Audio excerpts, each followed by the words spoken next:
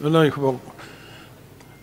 D'abord, évidemment, ce que nous craignons, c'est ce qui se produit, puisque vous avez augmenté les seuils pour donner les pleins pouvoirs au Conseil exécutif.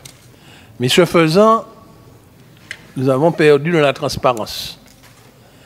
Quand les dossiers les plus importants passaient devant nous, ce que nous recevions, non seulement le rapport du Conseil exécutif, mais nous recevions les fiches d'instruction.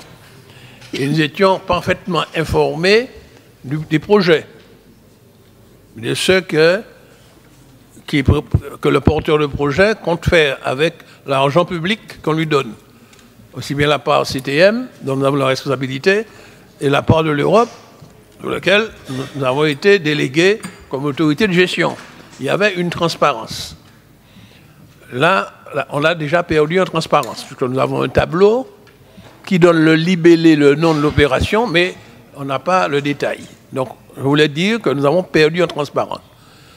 Je ne sais pas pourquoi, puisque les fiches sont tenues par...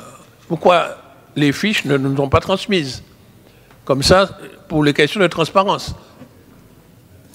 En transmission numérique, ça ne dépasse pas beaucoup de papier. Hein. C'est vrai qu'on aurait eu beaucoup de pages. Mais au moins, si on veut faire une investigation, on pourrait le lire. Si nous sommes interpellés par tel ou tel, on saurait par exemple le motif du reçu. Parce que ceux pour lesquels on dit oui, ils ne viennent pas voir des élus. C'est ceux pour lesquels les dossiers ont été rejetés. Eh bien, nous ne pouvons pas nous-mêmes leur dire oui, pour quelle raison, puisque on nous donne simplement un tableau, on dit 3 ont été rejetés, etc. Bon, sans mettre le motif. Tandis qu'on a la fiche d'instruction, les services indiquent le motif pour lequel ils préconisent le rejet. Donc, je prêche pour la transparence, même si c'est a posteriori. Bien. Maintenant, j'entends tous les discours, mais je constate. Alors, j'ai fait une petite statistique, puisque le rapport n'est pas présenté comme ça. J'ai regardé pour le FEADER, il y a plus de 30% qui vont vers la filière banane et canne. Et pourtant, c'est nous qui décidons.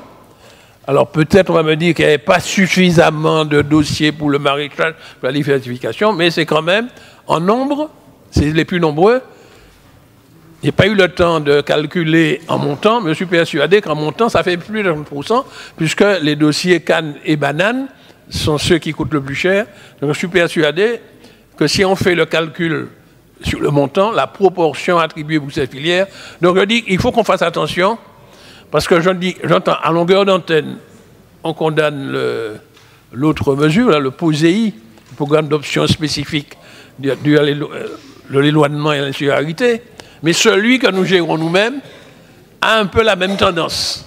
Alors il faut voir qu'est-ce qui peut être fait pour que les orientations, les projets sortent un peu plus dans les domaines de la diversification. Et puis, j'ai été surpris, en tout cas sur le dernier trimestre, je n'ai trouvé, vous n'avez présenté aucun dossier du FEAMPA, ni de FSE, en tout cas dans les tableaux, je ne les ai pas trouvés.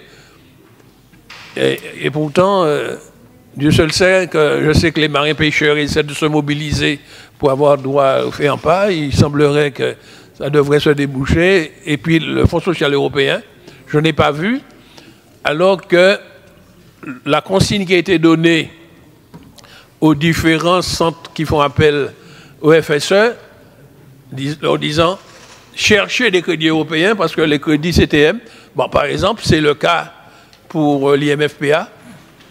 Je m'attendais à ce que les dossiers d'IMFPA qui ont été préparés par l'IMFPA avec du FSE apparaissent là, je ne les ai pas vus. Alors, ma question, et je termine donc par une question, est-ce qu'il y a actuellement des dossiers FSE qui sont en instance et qui apparaîtront dans les prochains rapports? J'en ai fini.